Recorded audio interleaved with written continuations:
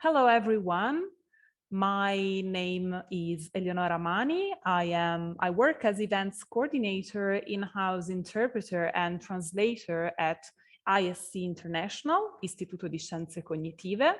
And as you know, ISC is the official organizer of the well-known Congress, the Attachment and Trauma Congress. And this year, our 12th edition will take place finally in Rome from September 30 to October 2nd, and will be titled Attachment and Trauma, Effective Clinical Interventions and Research.